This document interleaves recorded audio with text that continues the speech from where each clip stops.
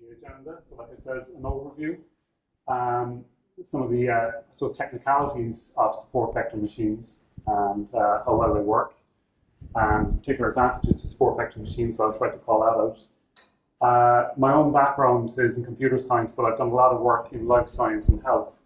And a lot of the projects that I've worked on are to solve problems in healthcare and life science, do a lot of work in genomics using bioinformatics.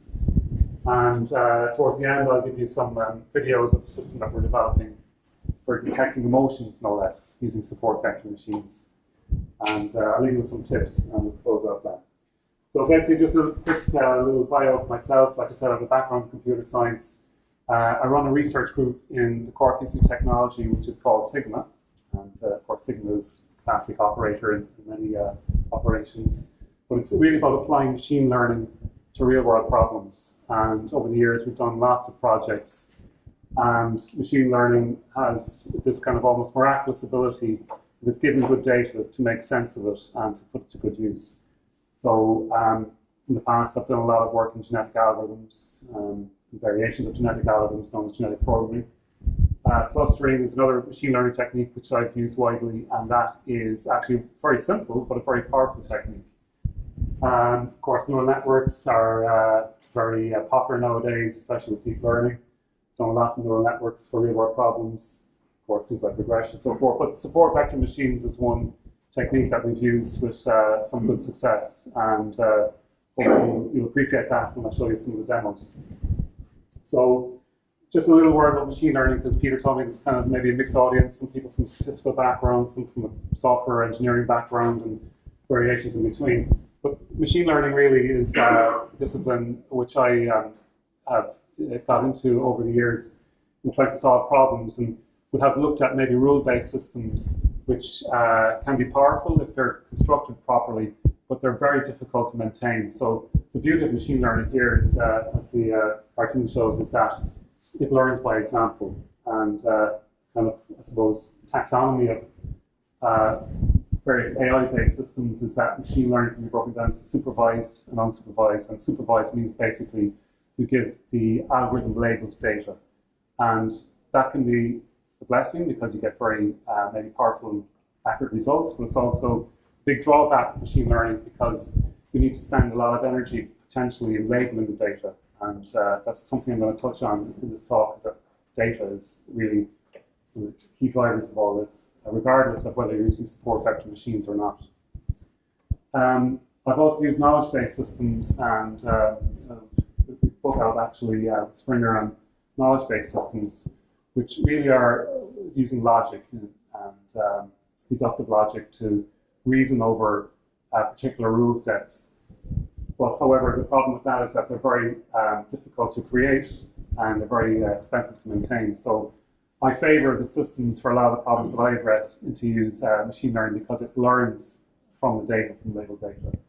There's also variations of machine learning which learn from unlabeled data, which is unsupervised learning, which is also very powerful. I mentioned already clustering. Clustering is a technique maybe I could talk about some other time, but it's quite simple to understand, but really, really powerful. However, tonight's topic is support vector machines, and it's good at solving two classes of problems: classification, which is deciding, I suppose, what category something belongs to. The most basic support vector machine approach would be to do binary classification. Something, say, for example, in healthcare, is a tumor, is it benign or is it malignant? So it's a binary classification. It's also good at regression as well, which is kind of a basic machine learning technique, which I can talk about as well. So a little bit of the background of supervised support vector machines. It was devised, a bit of history to this, was devised by Russian scientist, notably Vladimir Batnik, who in the 60s came up with the kind of basis of support vector machines. And so the history of this is that because of the Cold War at the time, and there was an Iron Curtain and there was very little collaboration and communication between East and West, a lot of this work remained unnoticed, especially by scientists in the West, for something like 30 years. Then the Iron Curtain came down in the, I suppose, the early 90s, and people like Vladimir were able to immigrate and move. He went to Bell Labs in the United States, and he collaborated with this lady, Corina Cortez, who is actually now head of Google Research in New York. And through their collaboration, they improved the basic idea of support vector machines by introducing something known as the Kernel Trick, which I'll talk about later on.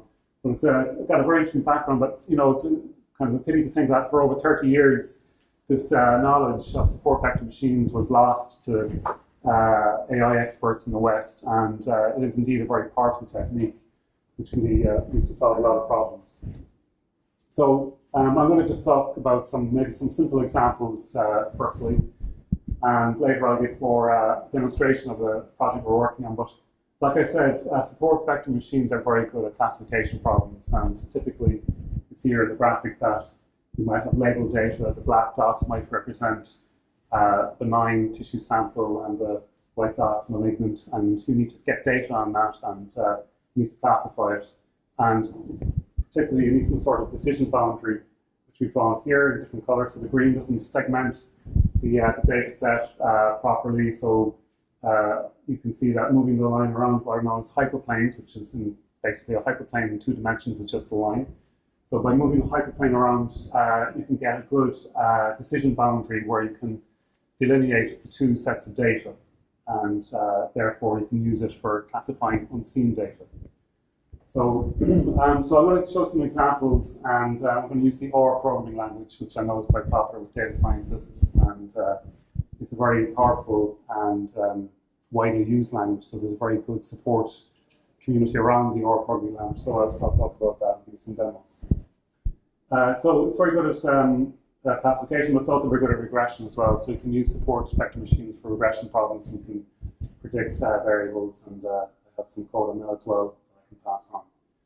So just maybe a word about the name, because it's a very, I suppose, maybe cryptic name. What are support vector machines? Well, it's all based on the idea of vectors, which are, depending on how many dimensions you're working on, can be represented in 2 dimensions as a point in space.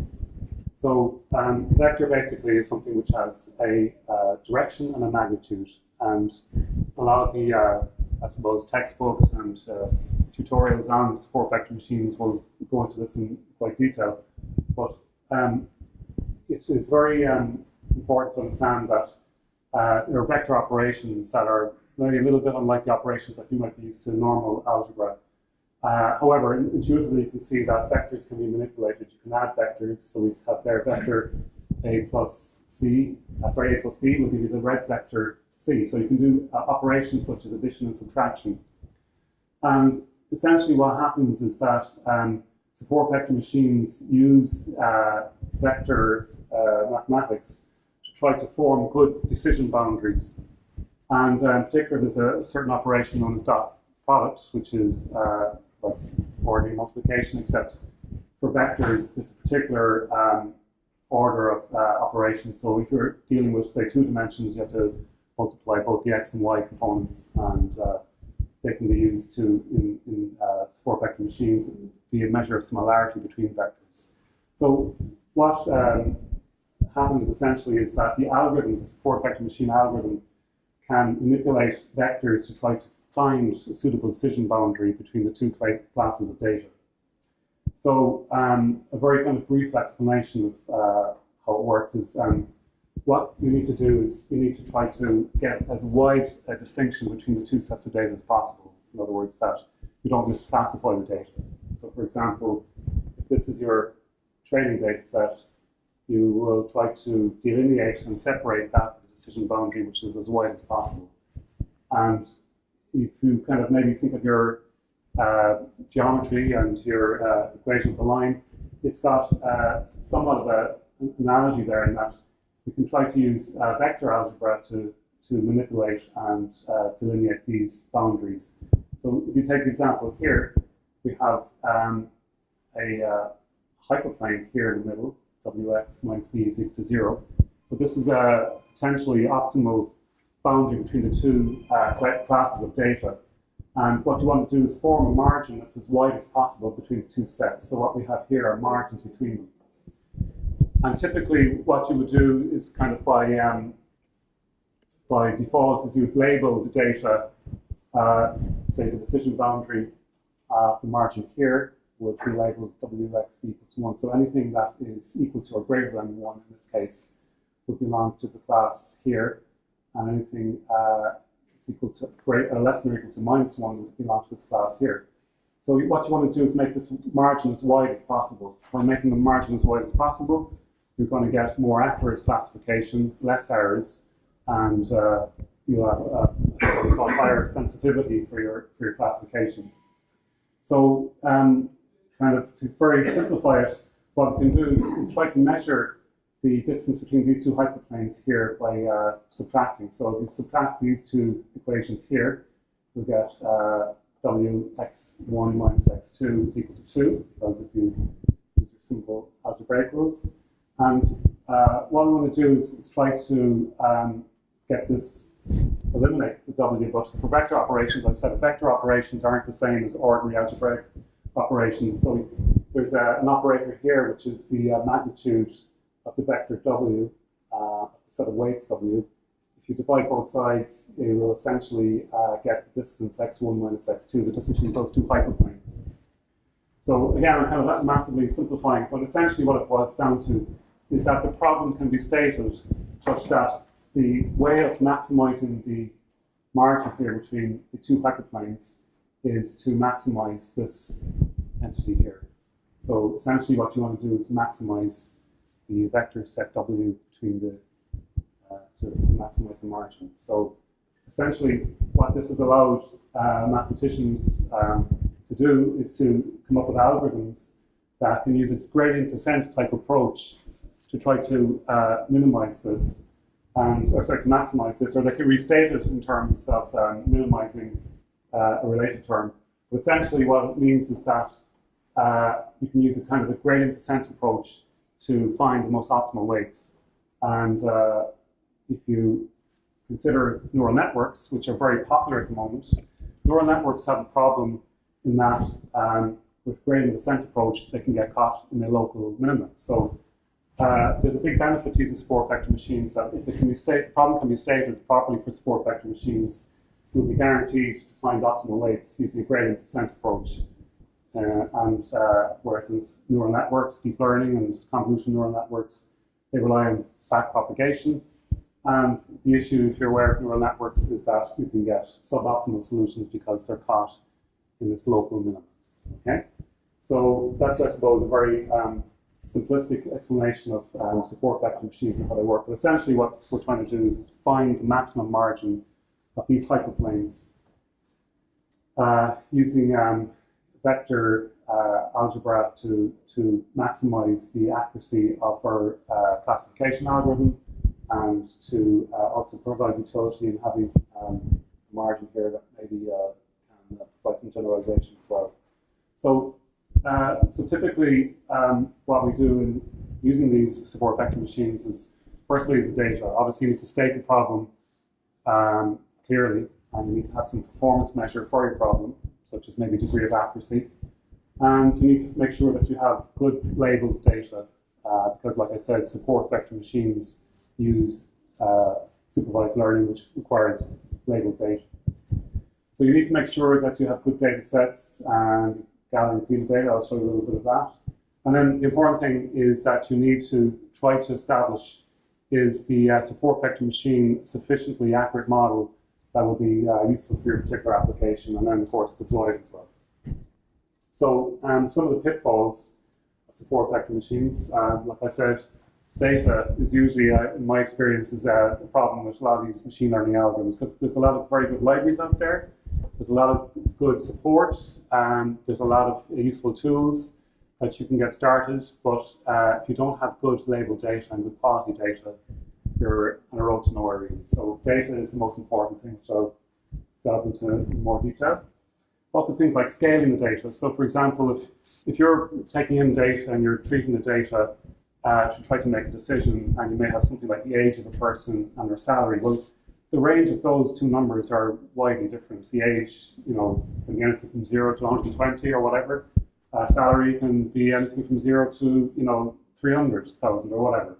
So scaling the data is something that people often ignore, and will cause problems with your algorithm because it will give huge, I suppose, bias to the larger numbers. So you have to scale and normalize your data. A big problem with all machine learning algorithms is the problem of overfitting, which this little graphic here shows. So you can see this, if you inspect it visually, is quite linear. There's a bit of noise in the data. But if you try to come up with a very powerful algorithm, maybe a polynomial of degree 15, you're going to overfit the data and it won't have the ability to generalize. So that's a big problem as well with machine learning. Underfitting the data as well, that you might not be able to generalize and classify properly. And interpreting the data. So a lot of machine learning algorithms will give some sort of result, and you must make sure that you're interpreting the results correctly and that you're not making false assumptions, that you're not making false conclusions based on those assumptions. And, of course, we're all familiar with the phrase, correlation does not imply causation. So you have to be very careful as well with how you interpret the result of machine learning algorithms, and support vector machines are no different. Okay, so I'm going to show maybe some simple demos first, but I guess in terms of engineering solutions, there are a number of things to take care of in terms of optimizing the algorithm. So I mentioned earlier that the support vector machine has this idea of these hyperplanes here, these lines in 2 dimensions, which are trying to form good decision boundaries between the sets of data. And you can tune the support vector machine algorithm with something known as a cost function. And the cost function essentially just measures the degree of error in your classification. So if you set it small c, or your parameter c to be small, that means that you're saying there's a low cost in misclassifying, that you're not penalizing the support vector machine for making errors. So it does provide errors. Your accuracy will diminish. But the big benefit of this is that it provides more generalization. And generalization is really, I think, such a powerful thing of machine learning, is that generalization, it forms a model, but based on labeled data that you give it. But the power of generalization means that it's able to make decisions based on unseen data. And you want to have a good degree of generalization in your system to be able to provide some utility. The other thing is you can do is you can give a high penalty for misclassification, and in other words, your algorithm will really try to fit as closely as possible and reduce the errors as much as possible against the data set. And the problem there is that you're, like I showed in the previous slide, you're going to be overfitting the data. You lose generalization. You'll have more accuracy for the actual training set, but you'll lose generalization for unseen data, and that's the key. The key is that you want to have some sort of predictive power and some utility in your machine learning algorithm by being able to generalize. So C is a parameter which you can tune. Gamma is another parameter which is used in support vector machines, which is essentially kind of a measure, I suppose, of the influence of each of the vectors that the algorithm will examine. And so very intuitively, just to try to explain it straightforwardly, is that if gamma is tuned to be low, you're saying that vectors will have low influence on their neighbors, and it will basically won't capture the complexity of the data that you wish. So I'll give you a demonstration of that in a moment. So essentially, the value of C should not be very high, because it will lead to overfitting, or it's very small because it will underfit. And likewise, the value of gamma, the influence of vectors having a solution, must be optimized also. So I'm going to give a little demonstration of this and kind of give you a sense of how it works. And this is based on a JavaScript demonstration that was written by a researcher from Stanford. And in the demonstration that I'm going to show you, there's a similar kind of parameter related to gamma, which is in this example is called sigma. It's the same idea, that it's a measure of influence of the vectors on the solution. So, for example, in this particular example, low values of sigma will have low influence on neighboring vectors, and high values will have wide influence. So let me just show you a demo of this. So if you ever want to try this out yourself, there's a very good library of machine learning algorithms that is developed by this researcher, Andre Sarfati, and so let me just show you that. Okay. Switch markers. Okay, so it's something you can try yourself, and you can actually inspect the code as well. And what he's done is he's provided a little demonstration of two-dimensional space. So in this case, the hyperplanes will be simple lines. And you can add data to this by just simply clicking your mouse over the data set. So let me just show you a linear example first of all. So this is, we have about, I suppose, we've two classes of data, say the green dots and the red dots. And we've added about maybe 8 green dots and 2 red dots. So what the algorithm is trying to do is again, trying to find this decision boundary between those two sets of data in the two-dimensional plane. And the larger dots are the support vectors. So again, a vector is just basically a direction and a magnitude. So in 2 dimensions, we can represent by the XY coordinate plane. So in this case, the algorithm has found what it thinks is the most optimal separation between those two sets of data using these 2 particular points as the support vectors. And if I add more dots, you can see that the nature of the solution will change if I start to move it around. So what I've done here now, I've added a red dot on the opposite side of the boundary. So it's now starting to struggle a little bit. And this line, the lines here represent the errors that is, I suppose, the cost function that it's working with. It's going to be based on this. So it's struggling at this point to separate the two classes. So let's just do another example. And we can add maybe some more dots. And again, I'll just put it as a example of a linear relationship. You can see that as I add more points, it's recomputing and it's potentially changing the support vectors to try to maximize the margin between the two classes of data. And all well and good. So what we can do is we can try and see how the margin works here by changing the cost function. And as I increase the cost of errors, it's reducing the margin. So it's trying to be more accurate, but you're losing generalization. So just do another one. So I highly recommend you can start to play around with this and see how it performs. So again, let me just draw another sample data set. So you're starting to do it quite well. It's obviously some sort of linear relationship between the two classes. And in case of this particular problem, the linear support vector machine is working quite well. So there's something called the kernel function, which is the type of computation that it's using to form the separation. In this case, it's a straightforward linear function.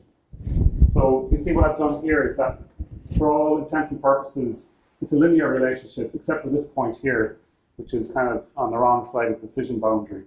So what we might decide to do is, well, it's going to be hard to try to do this with lines. You can't separate those two classes of data with lines because we have a band of green data on one side of the plane, a band of red data on the other side, and then there's this red dot here, which is kind of throwing things out. So there is another approach of, so using a linear function, you can use a nonlinear one, and that then forms a good kind of classification boundary around the relevant sets of data. So, however, that might not be the best solution because, as I said, data is really the important key here. The data that we have might be in error, that these might be outliers and are not representative of the actual class of data that you're trying to classify. So one thing you should always do is you need to consider the type of function known as the kernel function, which I'll talk about in a minute, that you're using to classify the data in support vector machines. You need to consider the quality of the data, and you need to consider the various things such as the cost function and in this case, particular kernel function is using a parameter called sigma, which is again the degree of influence that the training vectors will have over the solution. So if I switch into a nonlinear mode, you can see that it starts to fit quite well. And if I increase the sigma value, it will, as I said in the previous slide, the influence of distant vectors on each other is more pronounced. So therefore, it's kind of getting more of an average, generalized average of the decision space. So as you increase that, you get more generalization. As you reduce it, it starts to overfit.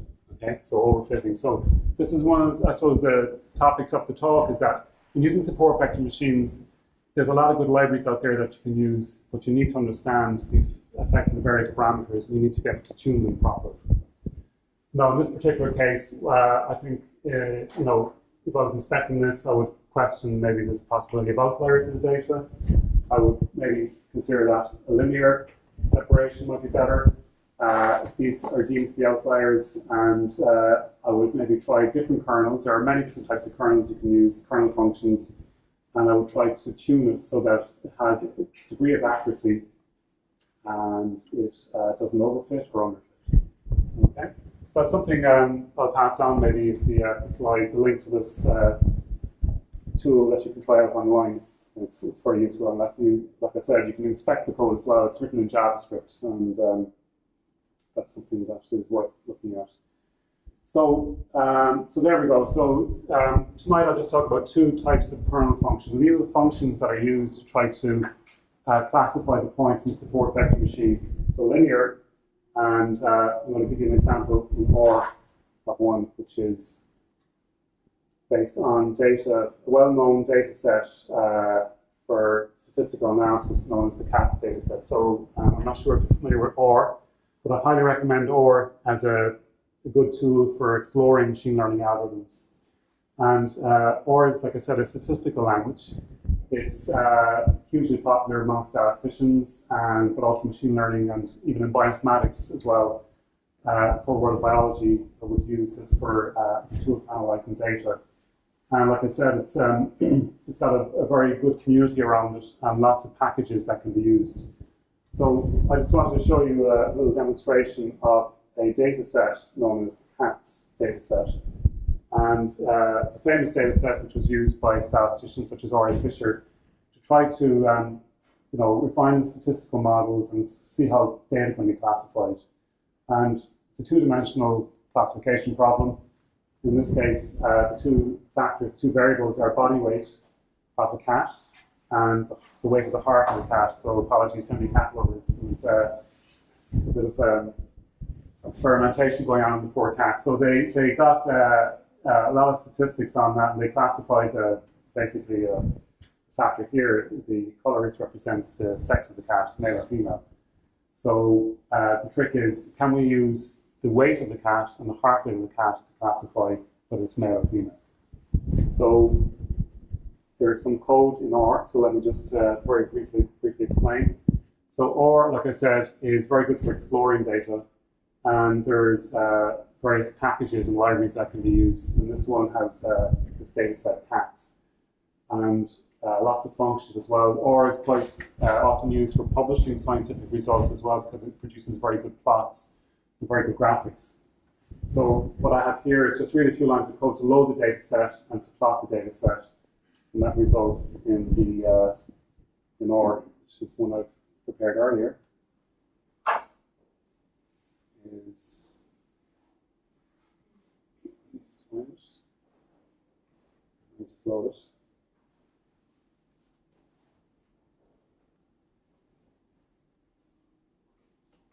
I'll just cut and paste the code.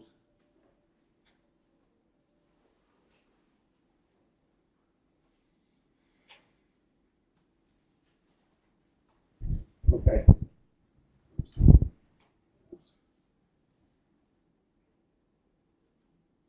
Hard to cut and paste.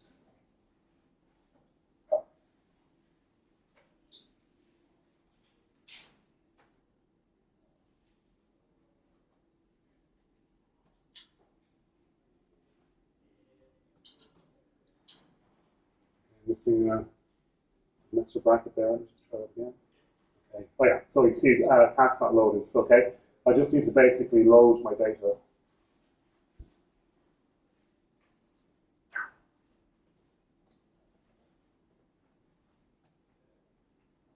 Okay, so let's load the library. I need to work backwards here. So the problem is I never loaded the library, which has that data set. And then we can hopefully get it back on track.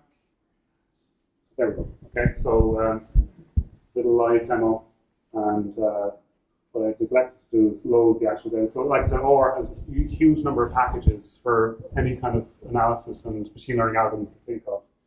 And that library there called mass has the data set cats, and all I've done is simply plot it in 2 dimensions. So can we create a support vector machine that can separate, that can form a decision boundary? And you can see that if you use a linear function, it might be quite difficult. So let's just see what comes up if we try a linear approach. Okay, so I'm going to then just put a bit of code there into OR. And I have basically just called support vector machine here, created a cat model. So in machine learning, what we're really doing is just finding the support vectors that can separate those 2 classes of data. And in this case, it's a simple call to the library for support vector machine function that takes in the dataset cats. And we're using the factor. This is the categorical data. It's the sex of the cat, male or female. And I've told it to use a linear kernel. And you can see here, it does that. And I've also plotted the data as well, with a few commands there. And you can see it tries its best to try to form a decision boundary between the 2 classes of data.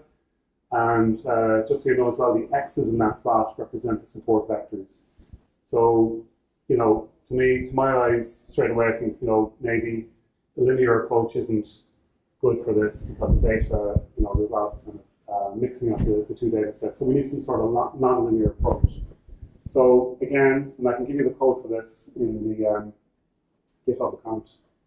And there are lots of tutorials which show this code as well. I'm going to try a non-linear approach. And quite simply, if you want to engineer a solution, again, you can just make use of a package which provides support vector machine. And in this case, I'm telling it to use a kernel function called radio, which is a nonlinear function. So it's going to perform the optimization of its vectors to perform a nonlinear boundary. And I'll explain that in a bit more detail. But essentially, if we plot that, you'll see that it's improved somewhat. And it's now able to try to maybe capture a region, a decision boundary, which can perform this nonlinear classification. So I suppose that's the point here of this lesson, is that when you're trying to classify data, complex data, you're going to have to consider the kernel function that you're going to use to construct the decision boundary. Linear is good for clearly distinguished classes with good, with good separation. For many classes of data, you're going to have to use a nonlinear kernel function such as radial basis functions. So there's a question from the chat here, yes? Yeah. So the axis on the plot are the support vectors? Yes. Yeah. Maybe I'm not understanding this correctly. So why are there support vectors so far from the...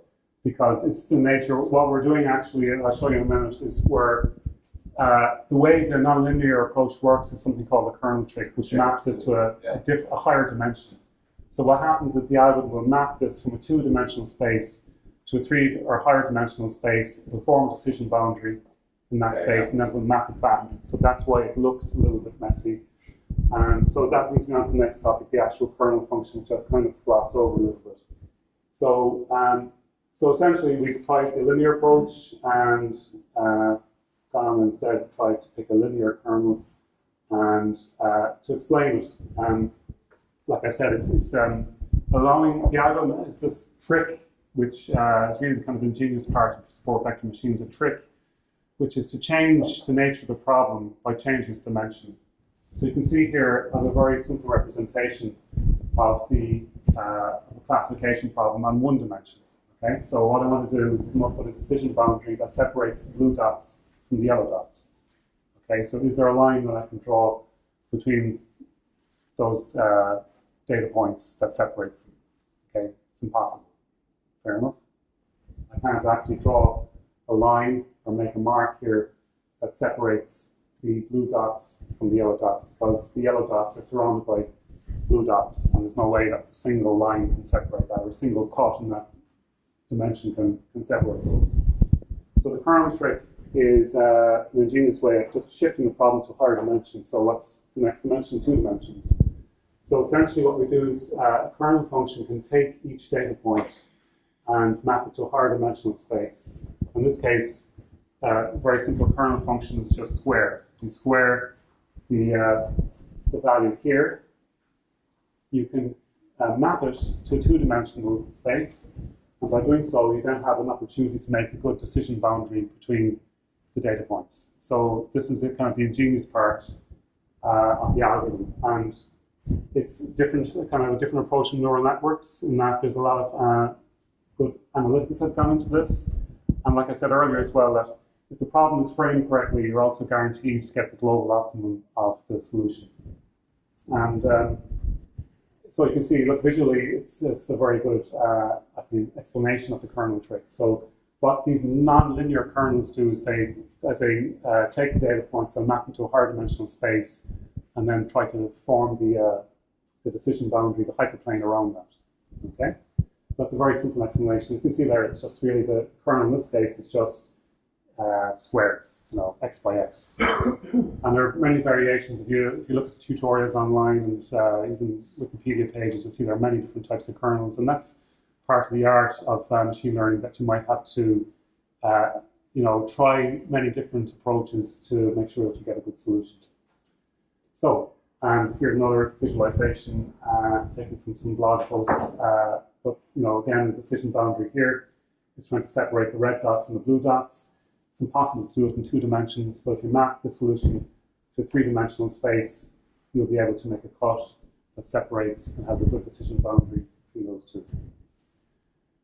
Okay, so I'm going to do some more examples. So my kind of area at the moment is I'm doing a lot of work in bioinformatics and in life science. There's a lot of work being done by scientists using machine learning to try again, like I said, to form good decision boundaries. So you might want, for example, to classify disease, say cancer, based on the features that you're examining, the features of the data set. You might want to decide whether is a sample benign or is it malignant. So can we train an algorithm? So here what we're doing is we're trying to state the problem clearly. We're going to have 2 variables, levels of gene 1 and levels of gene 2. So quite simple 2-dimensional problem really, that you want to form a decision boundary. So,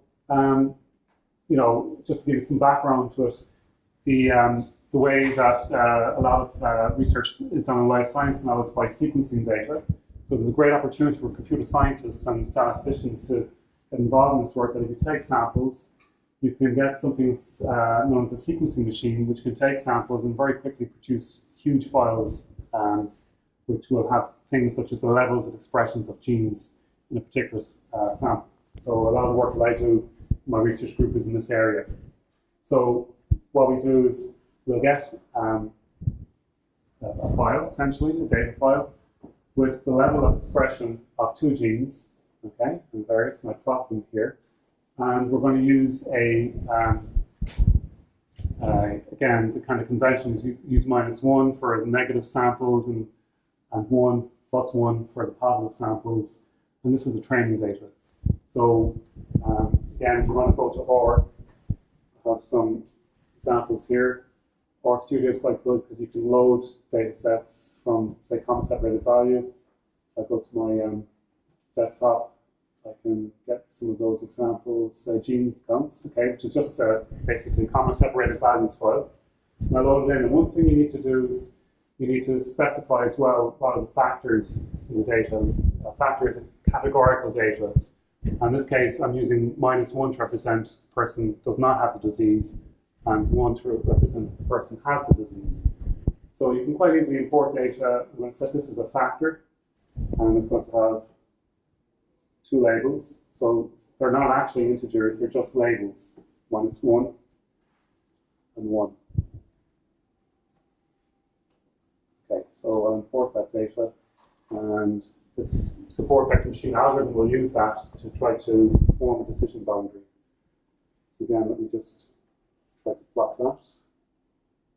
So in R, we have a simple plot function called ggplot.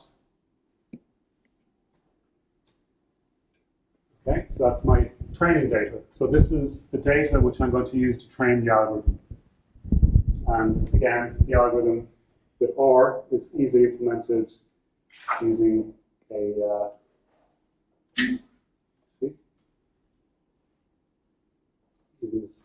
a library. Put that in there.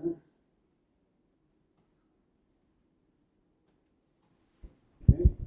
So I've now created a linear model. So I call it gene model. So I'm giving it my gene count data set, and I'm telling it that the label, the categorical label, is the factor there called disease. So basically it's taking that, and I've asked it to form a linear decision boundary by giving it a linear kernel. So what we can do then is we can plot that. And let me just cut and paste. And you see, it gives a nice, quite clear decision boundary because the two data sets are quite distinct. And again, just to avoid confusion, the x's there in that plot represent the support vectors. So does that work well? So the big thing in machine learning is, like I said earlier, is you need some sort of measure of success. You need to state the problem correctly. And what's the measure of success here? I mean, that's a nice, pretty graph, but does it actually work in reality? So what I've done is I've trained the support vector machine with known data. So it's not going to do much good if I ask it to classify known data, the data that it used to make a prediction. So if I switch back to R and I paste in these instructions here, I want to get a level of accuracy for the algorithm. And I'm going to give it the same data I used to train it. So you would expect that it's going to be quite accurate because it already has seen the data and it's got a good decision boundary. So therefore, so what? It's not doing anything new.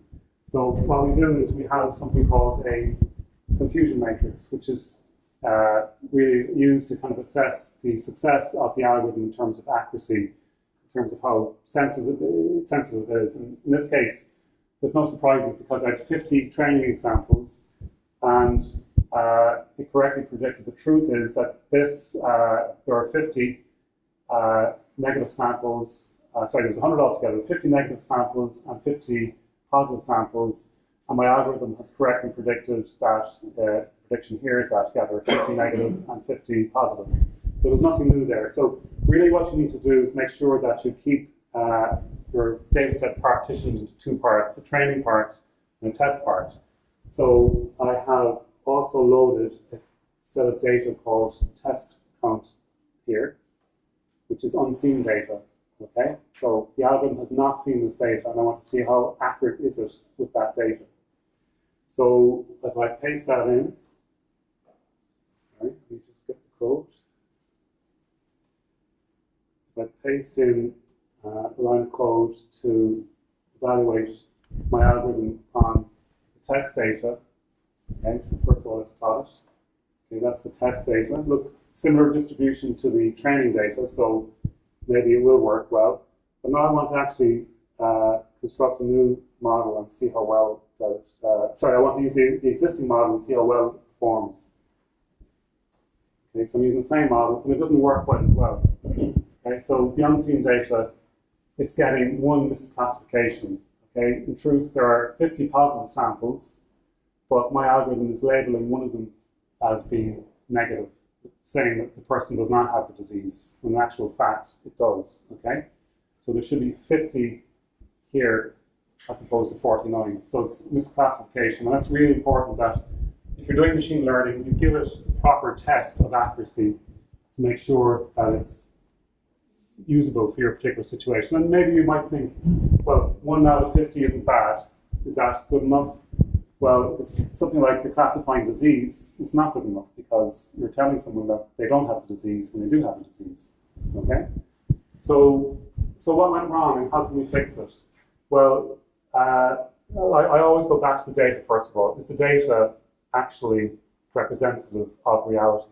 And so what you should always do is you should start to examine your data and let's go back to that in a minute, but examine your data. So test the distribution of your data.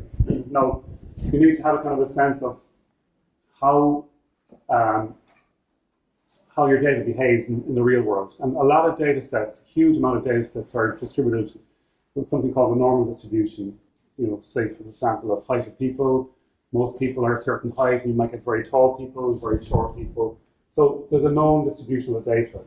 And what you want to look for is, okay, in this case, my data sets look to have, a sample size of 50 each, they look to be reasonably distributed in terms of a normal distribution. So it's probably nothing to do with that. And they have also similar scales as well. So, okay, there may be something else going wrong. So what we need to do is look at the outliers. Are there outliers in the data? Is there perhaps something which is unusual in your data set? Maybe it's there by error, or maybe it actually is something that you're not cognizant in your training set.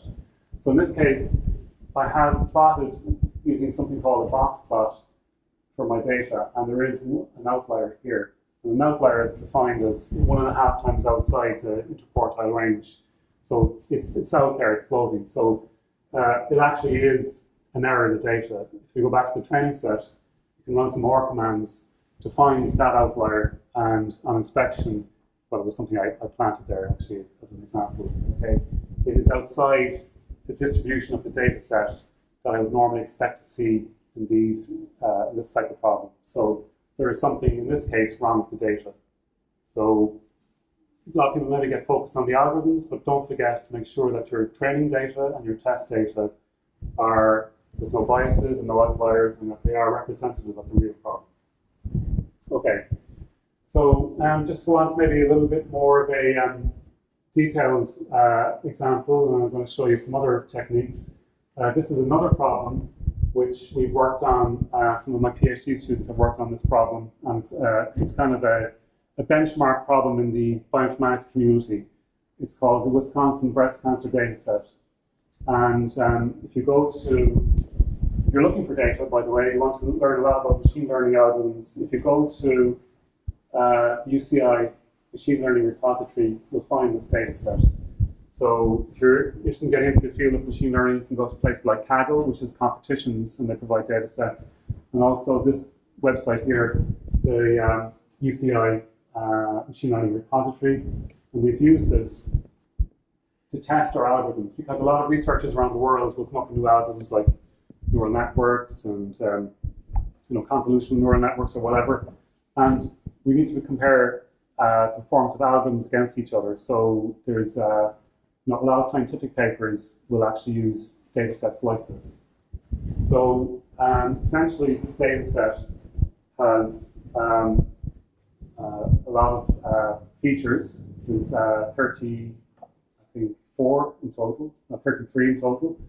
The one that we'll focus on is the diagnosis field, which is again classifying the disease as benign or malignant. And the data that it's using to that classification is based on by experts is these fields here. So there's a lot of data on the features of breast cancer cells. So what they do is they basically take a sample of a breast cancer tumor and they examine it under the microscope, and they measure it in terms of various features like how smooth the cell is, how jagged the cell is it symmetrical or not. And so this is all kind of done by visual inspection, and they're using that data then, the known outcome, the known classification, and that data on the features of the cell to train an algorithm to make decisions. So what we do then is we're going to, okay, there's the data set, and it's not giving very useful names, but it's just putting in these variables. Variable 1 is the ID, variable 2 is the diagnosis. Variable 3 is, as you saw earlier, is the radius, and so forth. So, so there your training data set and your input features you're going to use to try to classify whether it's something malignant or benign. And we can plot some of the data. So again, I would have inspected the data. I would plot, in this case, just two of the features against each other. Variable 3 against variable 4. You can see that there is some distinguishing features. So the reds, say, are cancerous, black ones are benign. You can see there is some sort of dispersal of the data, and even though there's overlap, maybe a non-linear support vector machine might be able to separate those two data sets. So, inspecting the variables and doing a lot of analysis, you think, maybe that some of those features could be useful. And by the way, another thing that's worth noting is that there are a lot of features in use in that data set. Essentially 30 variables, which may be overkill. Maybe only 3 or 4 of those variables are actually relevant to distinguishing whether it's something cancerous and benign or benign. So you also need to consider that, and something known as feature selection in machine learning. So we use things like principal component analysis to try to figure out what are the features that are most relevant. However, for the moment, what we're going to do is we're going to just see what we can, kind of performance we can get by just using a straightforward support vector machine and see how that performs. So, okay, so what I'm going to do, and this is based on a tutorial in Wikibooks. I'm going to run the support vector machine.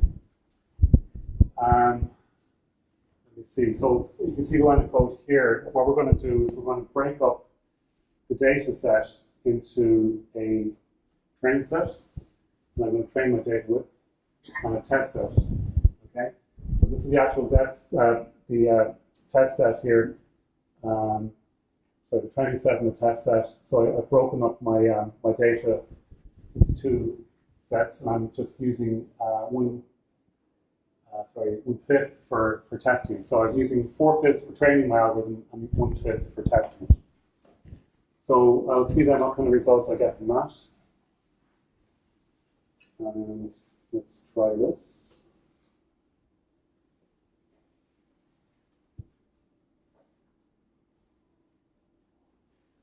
Okay, so I'm creating a support vector machine. It's a bigger data set. It's going to take a little bit longer.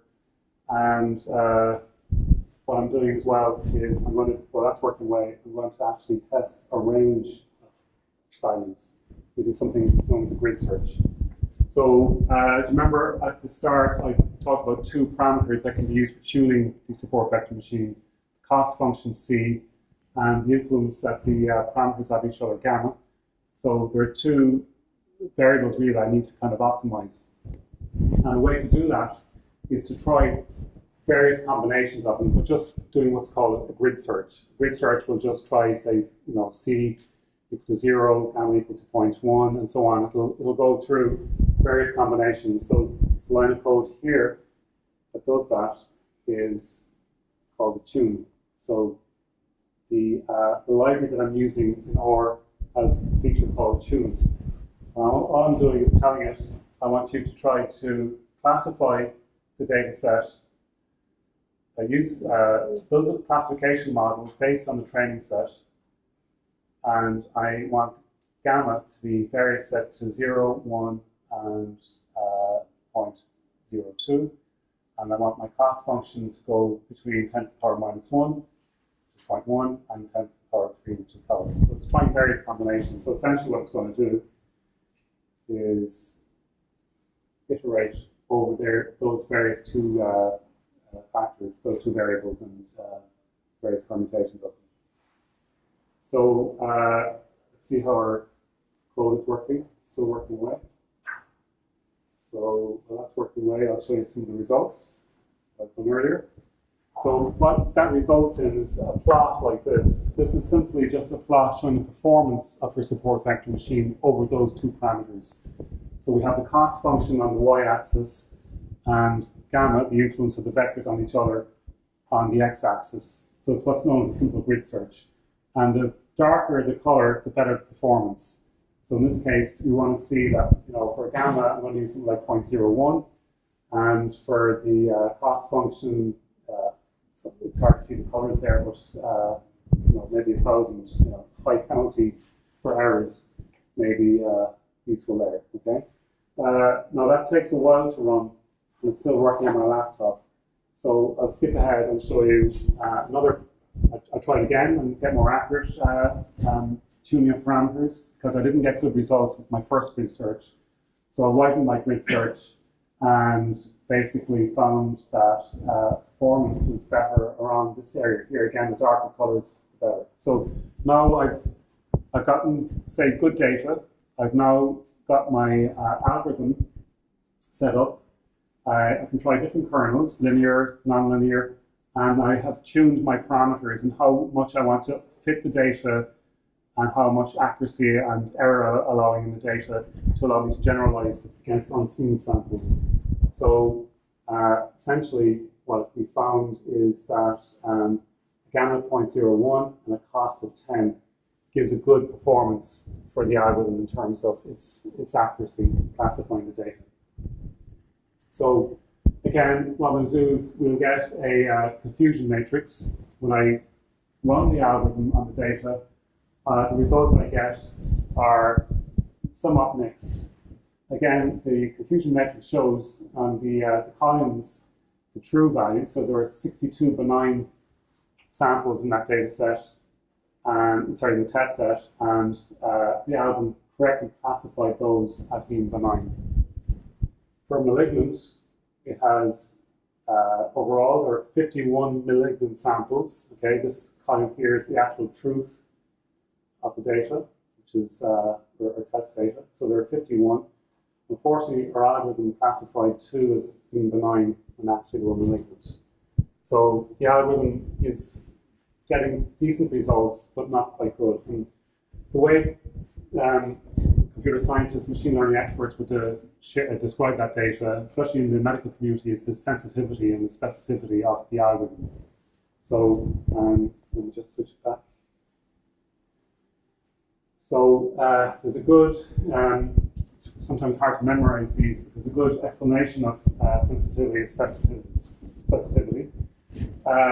If the selected data points are shown in the circle here, you can expect, depending on the performance of your algorithm, some of those will be true positives, they're actually the correct classification, and some will be false positives.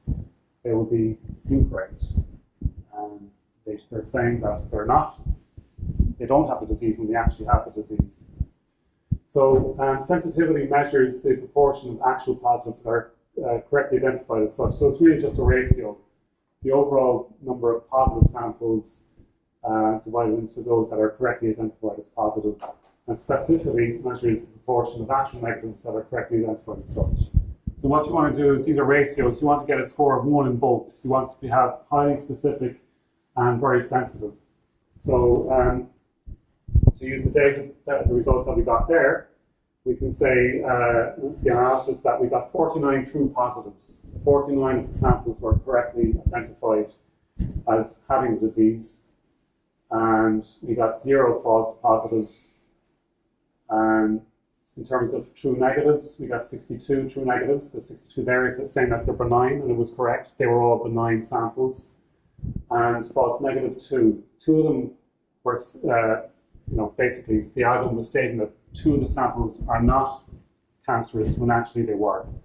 So overall, we can work out the ratios. So there's a little formula I showed in the graphic earlier that the sensitivity is the ratio of true positives over the number of actual positives, and the specificity is number of true negatives over the actual number of negatives. So our algorithm is, it's not quite 100% sensitive, but it's got high specificity. So it's not bad, but again, you need to consider the domain, your problem domain. The area that you're examining is health. So is it reasonable that this algorithm would have actual use in the real world with that data set? No, because you're actually telling 2 people that they don't have cancer when actually they do. And so in this case, a false negative has a huge impact. So that's something you consider. In some cases, a false negative is not such a big deal. but in this case it is. And so basically, a sensitive test is ruling a negative, it's a test that when a negative rules the disease out. So it's saying it's benign when actually it's not. So you're saying you don't have the disease when actually you do, for two of those samples. So even though the algorithm is performing quite well, it's not good enough. And likewise, specificity is ruling the disease in. We're saying that 4 to 9 have the disease. Well, it's true, they did actually have the disease.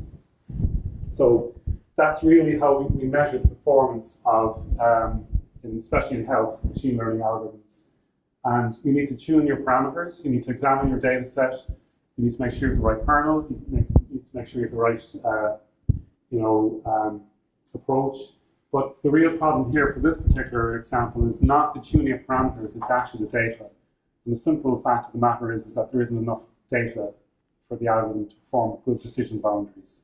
So it's a big problem in research in health is that getting that data is hugely expensive. You have to get data from actual patients. You have to go through and you have to inspect those cells on the microscopes, and there's a whole range of ethical issues as well.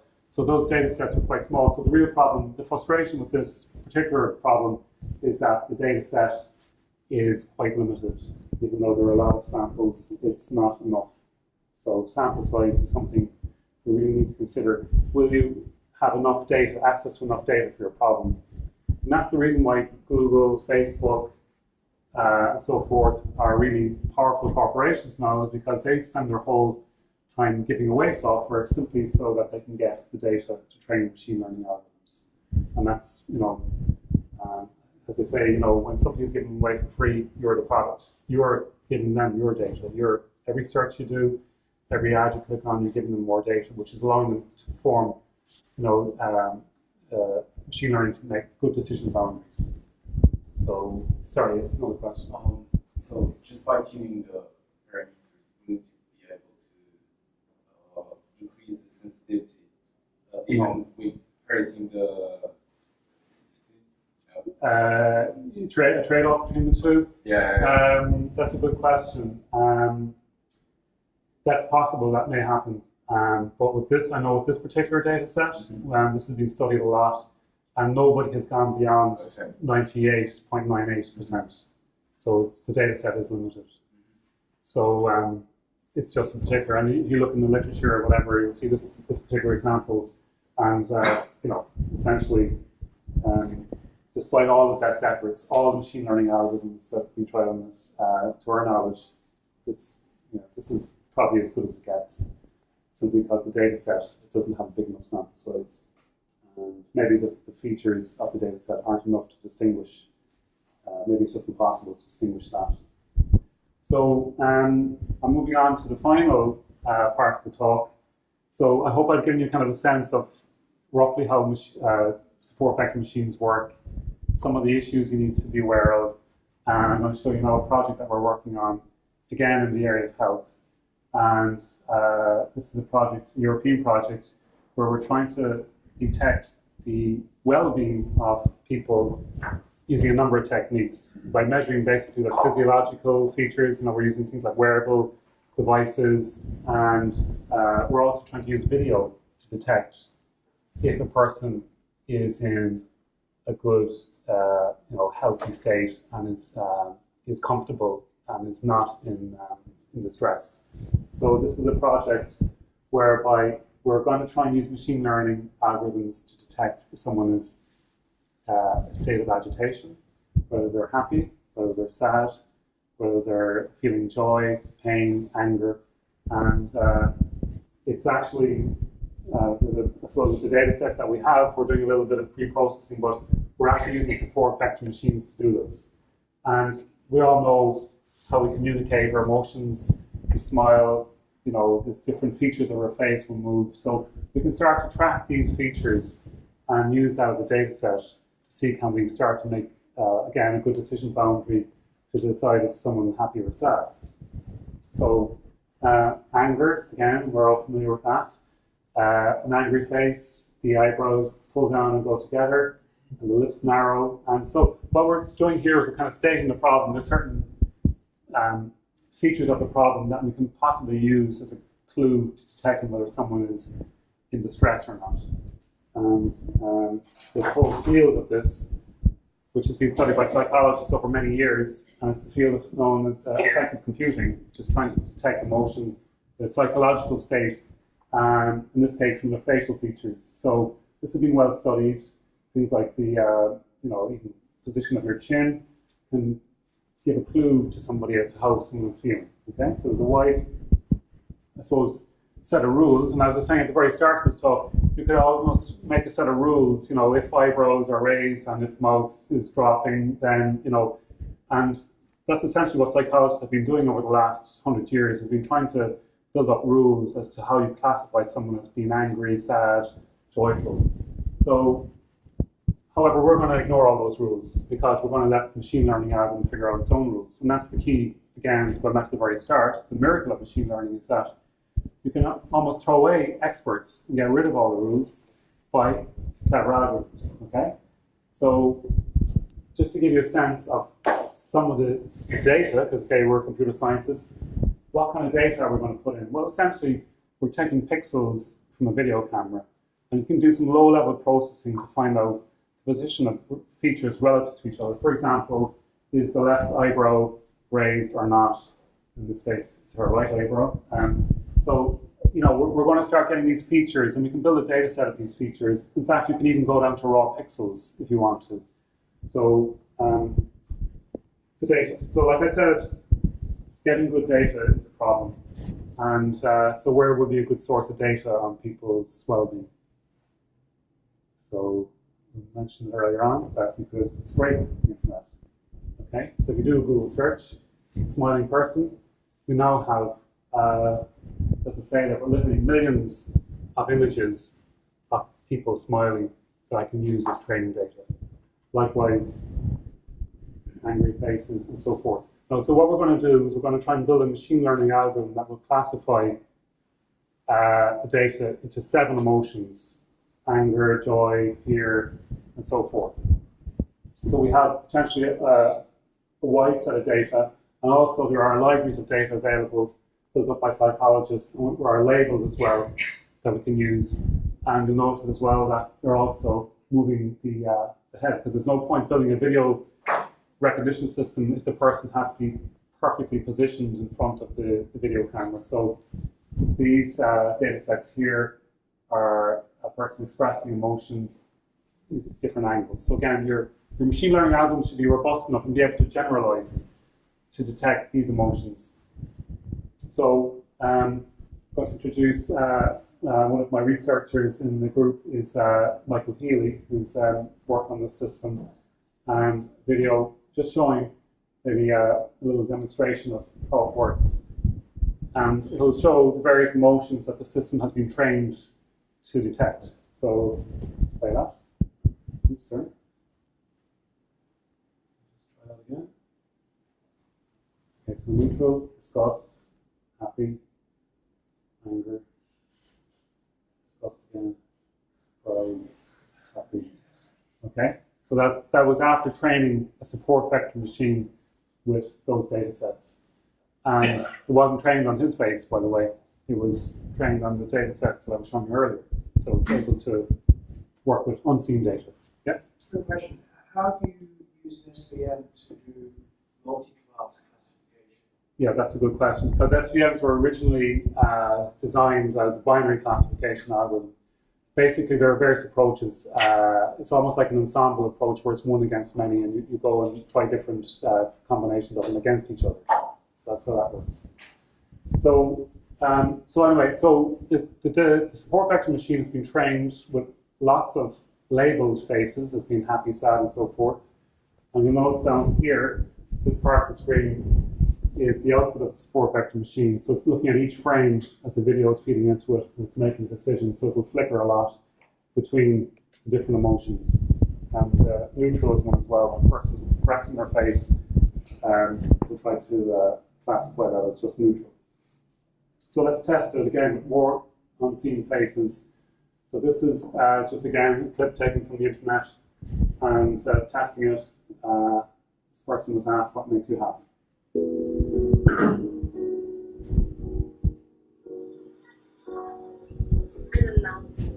bringing it out. And that's all. Okay, so for the most part, it seems to be quite accurate there, in that the person was happy, and again, flickered. It's working on, there's a bit of a lag in the audio. That's because we had to do a virtual camera, and there's a little bit delay from the virtual camera, but the algorithm itself can work on live video, and there's no delay in it.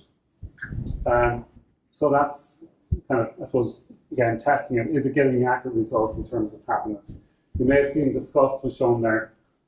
Okay, so we're going to have to wrap up soon. So let's show you another set of videos. So I want to test it with someone who shows disgust. So can you think of a public figure who might be displaying disgust? Okay. So let's try this one.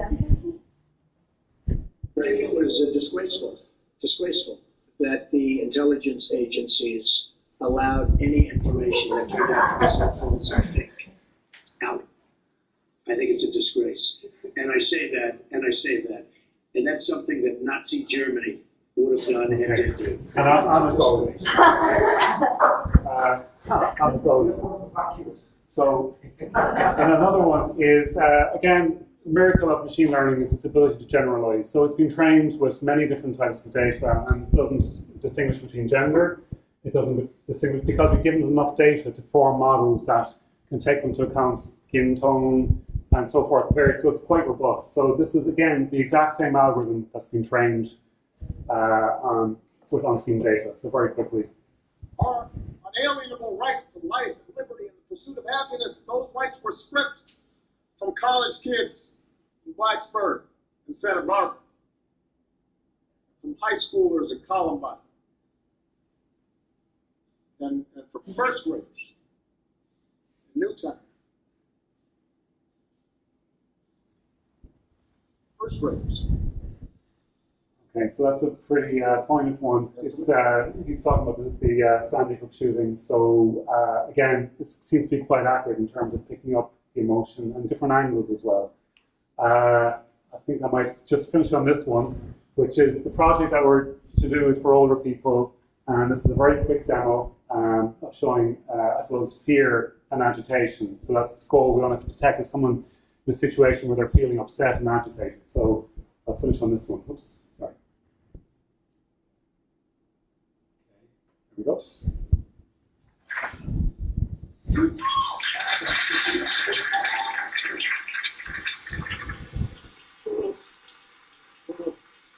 It's not picking up the faces. It doesn't have enough resolution to pick up the faces. When it does have enough resolution, it kicks in. I'm sorry.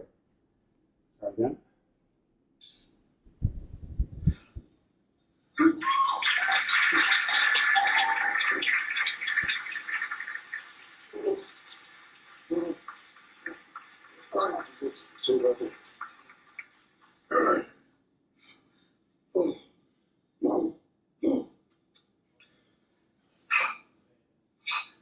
Thank you for being here. Appreciate it. Tell me what you're thinking and feeling right now, Gary.